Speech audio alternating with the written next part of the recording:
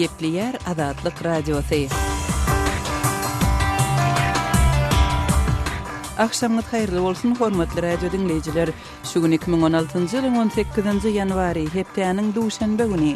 Habarlar gündeligini Pragadaky studiýadan men Gödel alyp barýaryn. Şu günkü programmamyzda Iran ballistik raketa programmasy bilen baglylykda Birleşen Ştatlaryň girinden täze sanksiýalaryny ýadgaryp çykyş etdi. Onuň bellemegine görä bu sanksiýalaryň kanuny we ahlak legitimligi ýok. Bunun sebäbi hem Washingtonyň orta günlerde beýleki ýurtlara ýarak satýanlygy. Türkmenistanda çilimiň satuwdan aýrylmagyna bir hepde golay wagt boldy. Bu çäklendirme nähili netije berdi. Yürüyüşü karlarına kapı yeteğinde hürlüdür. Sonun çilim keşler bir gizliğin karayollar bilen çilim gözlerini. Türkmenistanda daşary ýurt valutasının ilata satylmagynyň besedilmegi yerli bazarlarda haritlaryň narhyna nähili täsir ýetirdi. Dollaryň satywdan aýrylmagy bilen bazarlarda narhlarda bir näme tafawut berýände göze iýilýär. Şu gün biz bu we beýleki temalarda jekmejek durup geçeriz. Programmamyzyň etaty bölegine başlamadan ozal täzelikler bilen tanış bolun. Iran ballistik raketa programmasy bilen baglylykda Birleşen Ştatlaryň giriden täze sanksiýalaryny ýadgaryp çykyş etdi. Tehran Birleşen Ştatlaryň sanksiýalarynyň kanun we ahlak taýdan hiç hili hakynyň ýokdugyny sebäbiniň özüniň ýakyn gündäki ýurtlaryna ýarak satýanlygyny 18-nji ýanwarda etdi. Washingtonyň we Ýewropa bileşiginiň Iran bilen geçen ýylda baglaşan ulalaşygynyň esasynda Tehrana garşy ykdysady sanksiýalary aradan aýrylan günüň ertesi 17-nji ýanwarda Birleşen Ştatlar Iranyň ýadro programmasyna gatnaşygy bolan Iranly şirketlere hem şahsiýetlere garşy täze sanksiýalar girdi. Bu sanksiýalar Iranyň oktyabr we noýabr aýlarynda amalaşylan ballistik raketalarynyň synaglaryna jogap boldy. Birleşen Milletler Guramasynyň bilermenleri şol synaglaryň Birleşen Milletler Guramasynyň Howpsuzlyk Keňeşiniň Iranyň ýadro ýaraglary götermäge ukyply ýaraglary synamagyny gadagan edýän kararyny bozanlygyny aýdypdy. Gapma garşylykdaky Kafkaz ýurtlary Ermenistan we Azerbaýjan Irana garşy ýadro meselesi bilen bagly sanksiýalaryň aýrylmagyny makullap çykyş etdiler. Azerbaýjanyň Daşary işler ministrligi Iranyň ýadro programmasy boýunça halkara ulalaşygynyň durmuşa geçirilmegi Bakunyň we Iranyň dostlukly goňşy halky bilen özara bähwetli partnerligi mundan beýlek göstermek üçin goşmaça itergi berer diýilip 18-nji ýanwarda beýannamada bellendi. Ermenistanyň Daşary işler ministri Eduard Nalbadyan hem sanksiýalaryň ýatyrylmagyny goldady. Ermenistanyň dostlukly Iran bilen özara bähwetli hyzmatdaşlygy göstermäge ýykyn edýänligini ma'lum etdi. 16-njy ýanwarda Birleşen Milletler Guramasynyň ýadro boýunça edarasy Iranyň iýul aýynda gelinen ulalaşykda beren wadalaryny berjay edenligini we Birleşen Milletler Guramasy Birleşen Ştatlar hem Ýewropa bileşigi tarapyndan giridilen sanksiýalaryň ýatyrylýanlygyny eglan etdi. Birleşen Ştatlaryň 2016-njy ýylyň prezidentlik saýlawlarynda Demokratik partiýasynyň dalaşgärleri bolmak üçin 3 kandidat 1 fevralda ses berişligini geçirilmeginden ozal soňky edek çekeleşi üçin duşuşdylar. Öňde barjy kandidat we Birleşen Ştatlaryň öňkü döwlet sekretary Hillary Clinton 17-nji ýanwarda esasy beýatdaşy senator Bernie Sanders bilen saglygy saklaýyş ýaragy gözegçilik we ulumaliýa guramalary düzgünleşdirmek boýunça reformalaryň üstünde jedelleşdi. Clinton Ortiýadyň prezidenti Vladimir Putin bilen gatnaşygy barada özüne berilen sowaly bu gyzykly diýip jogap berdi. Clinton 2009-njy ýylda döwlet sekretary bolan döwründe Ortiýat bilen gatnaşyklaryň dikeldilmegini gorap çykyş etdi we munyň Moskwanyň hem Birleşen Ştatlaryň ýadro ýaragyna gözegçilik we Iranyň ýadro programmasy boýunça hyzmatdaşlygynyň netijesi bolanlygyny bellädi. Şeýle-de şekeleşiklere Maryland ştatynyň öňkü gubernatory Martin O'Malley hem gatnaşdy. Çiğnevtiň Brent görnüşiniň bahasy 18-nji ýanwarda 2003-nji ýyldan bäri iň pes derejesine düşüp her barel $28 durdy. Irana garşy sanksiýalaryň ýatyrylmagynyň global derejede neftiň köpölmegine getirmegi baradaky howatyrlanmalar hem güýçlendi. Tehran çiğnevtiň eksportyny günde 500.000 barel için artdyrmak planyny eglan edýärken neftiň böçberiniň artmagy şu ýylyň başyndan bäri bahalaryň 25% petilmegine sebäp bolupdy. Qazaqstanyň milli puly teňi Amerikan dollary babatynda öz hümmetini yitirmekde täze bir derejä ýetdi. Merkezi Aziýanyň iň uly ykdysadyýety dünýäde nebetiň bagatynyň pete gaçmagynyň we ortaýdäki ykdysady krizisiň täsirine garşy göreşmegini dowam etdirýär. 18-nji ýanwarda Qazaqstanyň maliýe bazarynda bir Amerikan dollary 372,58 teňe durdy. Bu görkeziji Qazaqstanyň milli pulunyň hümmetini saklamakdan edil çekip 2015-nji ýylyň awgust aýynda ony erkinlige goý bermeginden bäri iň pes derejedir. 2015-nji ýylyň ýanwar aýyndan bäri Qazaq teňesi öz hümmetiniň 80%-ni ýitirdi. Ermenistanyň Demirgazak Günbatar Gümeri şäherinde ermeni maşgalatyny öldürmekde aýplanan Orsetli eskeriň suwdy dowam etdirildi. 19 ýaşly Valeri Permekowyň işine Orsetin Gümeri'däki harby bazasynda ermeni sudiýalar tarapyndan 18-nji ýanwarda seredilýär. Başda suwd dinlenşigi 18-nji dekabra belirlendi, emma kanunçylygyň şertleri sebäpli ýa-da testirilipdi. 2015-nji ýylyň 10-njy ýanwarynda Gümeri'niň ýaşaýjylary, ýagny 6 agzaly maşgala öz öýünde öldürilipdi. Gepli yer Azatlyk radiosu habarlar gündeligimizde başlaýarys. Iran balistik raketa programmaty bilen baglylykda Birleşen Ştatlaryň giriden täze sanksiýalaryny ýazgyryp çykyş etdi. Tehran Birleşen Ştatlaryň sanksiýa girizmäge kanun we ahlak taýdan hiç hili hakynyň ýokdugyny aýtdy we onuň özüniň hem ýakyn gündäwr ýurtlaryna ýarag satýanlygyny ma'lum etdi. Has çekmejek maglumatlary habarçymyz Arat Perwişden dinläli. Tehran Birleşen Ştatlaryň Iranyň balistik raketa programmasy sebäpli girden täze sanksiýalaryny tanqidleýär. Onuň bellemegine görä bu sanksiýalaryň kanuny we ahlak legitimligi ýok. Munyň sebäbi hem Washingtonyň orta günlerdeäki beýleki ýurtlara ýarag satýanlygy. Tehran bilen gelinen ýadro alaşygy çäginde Washington bilen Ýewropa bileşigi ykdysady sanksiýalary ýatyranlaryndan bir gün soň Birleşen Ştatlar 17-nji ýanwarda Iranyň raketa programmasy bilen baglanşykly kampaniýalaryň we şahslaryň garşysyna täze sanksiýalary girdendigini elan etdi. Amerikanyň Maliýet Ministerligi bir beýannamada sanksiýalaryň 5 Iran raýatynyň şeýle hem Birleşen Arap Emirlikleri bilen Hataýda ýerleşýän bir näçe kampaniýanyň garşysyna girdilendigini bildirdi. Täze sanksiýalara sebäp bolan Iranyň oktyabr we noýabr aýlaryna balistik raketa boýunça geçiren synaglary. Birleşen Milletler Guramasynyň ekspertleriniň kesgitlemegine görä geçirilen synaglar bu guramanyň hawpsuzlyk Keňeşiniň 2010-njy ýylda çykaran rezolüsiýasyna täsir. Bu rezolüsiýada Irana ýadro ýaraglaryny götermäge ukyply raketalary öndürmek gadagan edildi. Terrorizm we maliýe aňtagy boýunça ornmasa sekretariň işlerini ýerine ýetirýän Adam Zubin Iranyň balistik raketa programmasy regional we global hawpsuzlyga güýçli hawp abandyrýar. Ol halkara sanksiýalaryna tema bolup galmagy dowam etdirdi. Iranyň prezidenti Hasan Ruhani Amerikan sanksiýalary elan edilmedinden asalym öň girdilen täze sanksiýalar haýsy hem bolsa özüne laýyk jogaplar bilen garşylanar diýdi. Ruhani şol güni ýer bilen halkara sanksiýalarynyň ýatyrylmagyny taliplap, dünýäniň güýçli döwletleri bilen gelinen ýadro alaşygy dünýä bilen iş sarışmakda Tehrana täze penjere açar diýipdi. 17-nji ýanwarda Ruhani parlamente alaşyk Iranyň ykdysadyýety üçin ewrüşük nokdaty bolup durýar. Energiýa baý ýurt inni nebitten gelýän girdeje köp garaşly bolmaz diýdi. Birleşen Ştatlaryň döwlet sekretary John Kerry'niň 17-nji ýanwarda bildirmegine görä, Washington bilen Tehran Iranyň 1979-njy ýylda bolan Islam rewolýusiýasyna doňdurulan $400 milyon puly baradäki jedelli meseleni hem bir ýüzde edipdirler. Amerikanyň Birleşen Ştatlary bu $400 milyon 1,13 milyard bähwit bilen Irana töler. 16-njy ýanwarda halkara atom energiýasy gullugy Iranyň ýul aýyna dünýäniň 6 güýçli döwleti bilen bolan alaşykda beren wagdalaryny ýerine ýetirendigini bildirdi. Şeýdip ýadro meselesi bilen baglanşykly sanksiýalaryň ýatyrylmagyna ýol açyldy. Washington Iranyň raketa synaglary gelinen ýadro alaşygyna degişli däl diýär. Habarçymyz Arat Perwişiň maglumatlaryny dinlediňiz. Azatlyk radiosynyň täzeliklerini, makalalaryny, video ýazgylaryny we foto serilerini Twitter we Facebook sosial ulanlaryndan hem iderläp bilersiňiz. Salaýymyz Azatlyk radiosu. Gepleyer Azatlyk Radiosu siz habarlar gündeligimizi dinleýärsiňiz.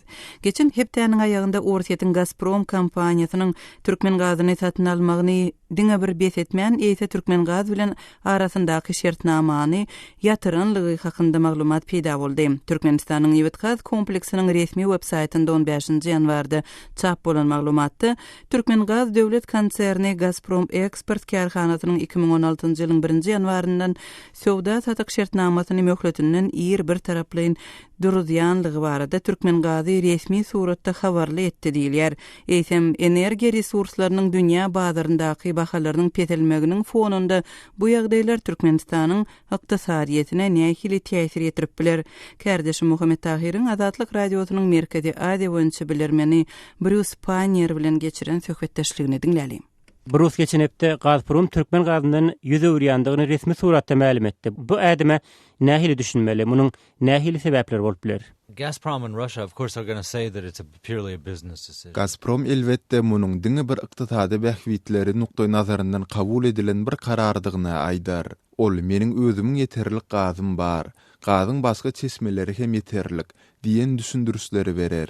Emma iş ýüzündäki ýagdaýlara nazar aýlasak, onda Kremliň ençeme aýdan bäri Türkmenistanyň gydanyň düzüminde has aktiv işleşmegini gazanjak bolup alyp baran tagallalaryny göreriz. Rus resmiýetleri telimgedek Türkmenistanyň Owganistan bilen serhedindäki dartgyny ýagdaýlary gozgap, diňe bir özüniň hem däl tutuş gyda guramasynyň bu serhedi goramakda goldaw bermäge taýýardygyny nyktady. Türkmenistan bolsa öz gezeginde diňe bir Rus resmiýetleriniň däl eýse öz serhedindäki dartgynylyk barada gurrun eden islendik tarapyň maglumatlaryny çürtkedik inkar edip gelýär. Kreml Türkmenistanyň Rus kömeginde ýüz öwrüýändigi sebäpli Türkmen gazynyň importyny hem ýatyrdy. Turkmenistan isn't going to take Russia's help with security, then Russia isn't going to take Turkmen gas imports anymore. Anyk sanlary barada gürrün edäsek Bruce, Orsiýet her ýylda Türkmenistandan alýan gaz üçin näçe pul töleýärdi? Well, it's less than $1 billion, which Bu $1 milyard dollaryň bäri ýanyndaky puldur. Bilsimiz ýaly soňky ýyllarda Russiýa Türkmenistandan 4 milyard kubometr gaz satyn almagy lalasypdy. Emma bar bolan maglumatlardan çen tutulsa, import edilen Türkmen gazynyň möçberi şol derejä hem ýetmändi. Dünýädäki energiýa serwisleriniň bahalarynyň pesilmegini hem göz öňünde tutsak, bu görkezijiniň 700 milyon töweregi dollara deň bolandygyny aýdyp bileriz. Eğerde Türkmenistan dürli uğurlar boyunca gazyny aktaryan bolsa, onda bu onçoklu uly mesele hem bolmazdy. Emma bilsimiz ýaly häzirki wagtda Türkmen gazynyň iň uly müşterisi Hytaý bolup galýar. Her niçikde bolsa biz Pekiniň Türkmen gazy üçin Aşgabatda näçe pul berýändigini bilmeýäris. Sebäbi Türkmenistanyň Hytaýa uly milliardlarça dollar möçberinde bergisi bar. Häzirki Hytaýa aktarylan gaz hem Pekiniň gaz geçirjiginiň çekilmegine, gaz ýataklarynyň özleşdirilmegine sarp edilen pulunyň hasabyna gidýär. Netijede Hytaýyň Türkmen gazy üçin näçe töleýändigi, asla tölemeýändigi barada hem hiç zat aýdyp bolmaýar. Türkmenistan Eýrany hem belli bir möçberde gaz eksport edýär. Emma onuň möçberi we bahasy barada maglumat berilmese-de, bu sowdadan Türkmenistana gurrungyny ederlik ullakan bir girdeji gelýändir diýip bolmaýar. Bu ýagdaýda Türkmenistan üçin Russiýadan gelen agdalyan 600 milyon dollar hem uly pul diýse bolar. Sol bir wagtda Türkmenistanyň häzir ençeme, sol sanda topuk gaz geçirjisiniň gurulşy, Aziýada oýunlaryna taýýarlyk, Aşgabatda awadanystyrmak ýaly uly maliýet çykdyjyly proýektleri hem alyp barýandygyny unutmaly däldiris. Gaýraz Russiýanyň Türkmen gazynyň importyny duruzmak üçin saýlap alan wagty juda opportunistik boldy. Russia used the timing very opportunistically for themselves to do this. Diýmek bu ykdysady netijeleri bolan bir siýasy ädim bolup çykýardy şeýlemi? I think the motives Meniň pikirimçe bu ädimiň aňyrsynda diňe siýasy sebäpler ýatyr. were purely political. Bruce, egerde seniň aýdyşyň ýaly bu bir siýasy ädim bolsa, mundan beýlek Orsiýet tarapyndan nämeleri garaşyp bolar? We're playing this is a game of, we say chicken in America. They're staring each other down. Bizde Amerikada şoňa meňzes bir oýun hem bar. İki adam biri-biriniň gözüne seredip, kimiň birinji gözüni gyrpmagyna garaşyp bäsleşýärler. Russiýa Türkmen ykdysadyetiniň şeýle bir uly çökgünligi uçurap, Munyň netijesinde hem Aşgabat Kremliň öňe sürýän islegine boyun bolar öýdüp umyd edýär. Aşgabat bolsa öz gezeginde türkmen gazyna başga ugrlardan ýol açylmagyny, netijede öz gazy eksportynyň Russiýa bolan garaşlylygynyň petelmegini bil baglaýar. Garat häzir iki tarap hem ýagdaýlaryň mundan weýlekdiňe öz haýryny islemegini bil baglaýar. Both sides are hoping for events to work into their favor, which will force the other one to do something. Azatlyk radiosynyň merkezi öňçi bilermeni Bruce Panier bilen geçirilen söhbetdeşligi dinlediňiz. Hormatly radio dinleýijiler, habarlar gündeligimizi bildirişimiz bilen dowam etdirýäris. Hormatly dinleýijiler, Azatlyk radiosi elektron posta arkaly iýerilýän hepdelik nesirlerini çap edip başlaýar. Hepdelik nesirlerimizin özüňize iýerilmegini isleseňiz, bize öz elektron postaňyzyň adresini ýolla.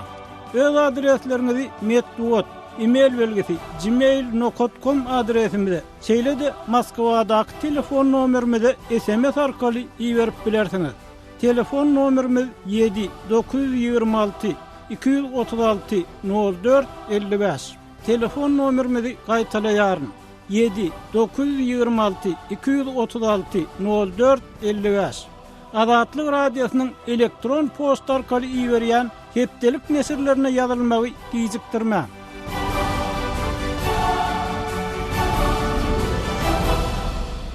Gepliyer Azatlyk radiosi habarlar gündeligimizi dowam etdirýäris.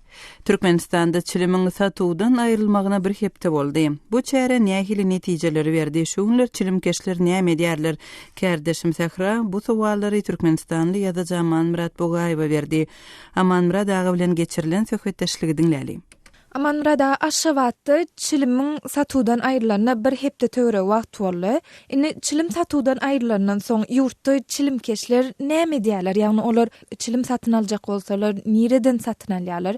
Paçapdy temmäki çilim sewdasyny edýän ýürüýte dukanlaryna gapy ente möhürlüdür. Şonuň üçin çilimkeşler bir gizlin gara ýollar bilen çilim gözlegini olar çilimi şeýle ýollar bilen esasan o diýen uly bolmady hususiýetlikdäki dukanlardan satyn alýarlar. Hem de şo dukanlardaky adamlar özleriniň ynamdar adamlaryna kimdir biriniň öýüne ýa-da öýüniň goloýunyna gizlin ýol bilen çilimi satýarlygyna aýdýarlar. Ine baryp şol adresden çilimi gizlin ýol bilen satyn alýarlar. Tehra. Aman Murat, indi gizlin ýollar bilen satylýan çilimiň bahasy näçe durýar? Ýagny çilim satuwdan aýrylmadan ozal çilimiň bahasy näçe edil häzirki wagtda şol gizlin ýollar bilen satylýan ýerlerde çilimiň bahasy näçe durýar? İkisini deňeşdirip aýdyp beräýsiňiz. Häzirki wagtda çilimi dolu kutu görnüşinde satyn alýarlaryna sany azaldy. Sebebi kutu görnüşinde satylýan çilimleriň bahasy azyndan kesme gymmatlady. Onsoň çilimi bir näçe fan görnüşinde, meselem muktar görnüşinde satyn alýarlar. Öňde şeýle sewda bardy. Käbir dukanlarda ýa-da gizlin temmäk sewdasyny edýärlerdi. Onu bir çilim 1 manada durýardy ortasy. Häzirki wagtda bir çilim 1 manat 50 tenge 2 manada durýar. Ine şeýlelikde olam öňkü çilime temmäk önümlerine gadagarlyk girilmeginden öňkü narhyny 50%-den 100% sebäp gymmatlady. Muktar bir sany 2 sany görnüşinde satylýan çilimden baha fakty urun edýär. Aman Murat, indi şu gizlin ýollar bilen çilim satylýar diýende nämen gödüňne tutýaňyz? Ýagny çilim çekýän bir ýaşaýjy gidip şu gizlin ýollar bilen çilim satyn aljak bolsa, nädip alýar? Bir bökdönçlük barmy? Şu arada bir jekmejek görüň beräýsiňiz? Bökdönçlük, uly bökdönçlük bar. Sebebi gizlin ýol bilen çilim sewdasyny edýärler. Bular özüniň tanamayan adamlaryna her näse gymmat narhy hödürleýän bolsalar, olar çilimlerini satmaýarlar. Ýene de şu ýerde bellemeli satylýan diňe bir çilim fabrikalaryna gaplanan çilim önümli çilim däl eýsem Türkmenistanyň özünde önürlen laýtada nas ýasaýarlar, nas keşlen ullanýan temmäkiniň sewdasy şu wagt ýurtda gitdi Türkçe giyinlerimi iyi oluyor. Nasıl uzasını etmekten çekinmeyen nasıl yaşayanlar ya olmasa şolun kömekçileri o yerlerinden uğrun yolunu tapıp temmekini şehre aşıyalar, payitahtına şehirde temmekine katlayalar, olur hili pes, o temmekini kimse qaviyede dolat çekya, kimse yürüyte şıvıkta çekya, onda bahası bundan aydalır 1 kilodur 100 gram stakanının bahasıdır 1 mandı 2 mandı duruyan bolsa häzir şonça mukdarda temmäkin bahadan bolmolsundan 5 etden 10 etden gymmatly diýýany olam tapdyrýanda diňe tanışyň bilişim bilen tapmady. Häzir Amanrada Aşgabatdan gepleşigimize atnaşyp beren gürüňleriniz üçin köp sag bolun. Sizem sag bolun, işiniz rawat bolsun. Kärdeşim Tehranyň Türkmenistanly ýazyjy Murat Bogaýew bilen geçiren söhbetdeşligini dinlediňiz.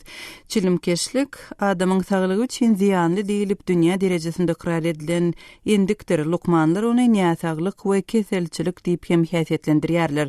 Çilimkeşlige garşy görüşde gadagançylyk çäreleriň diňe bir bolup durýar. Şol bir wagtda çilimden mahrum edilmeginiň adamyň bedenine we psihikasyna medisina nukty nazaryndan täsiri barmy? Bu arada orsiýetli psiholog, psihologiýa boýunça ençime kitabyň awtory Olga Machavskaya bilen geçirilen söhbetdeşligi dinläli.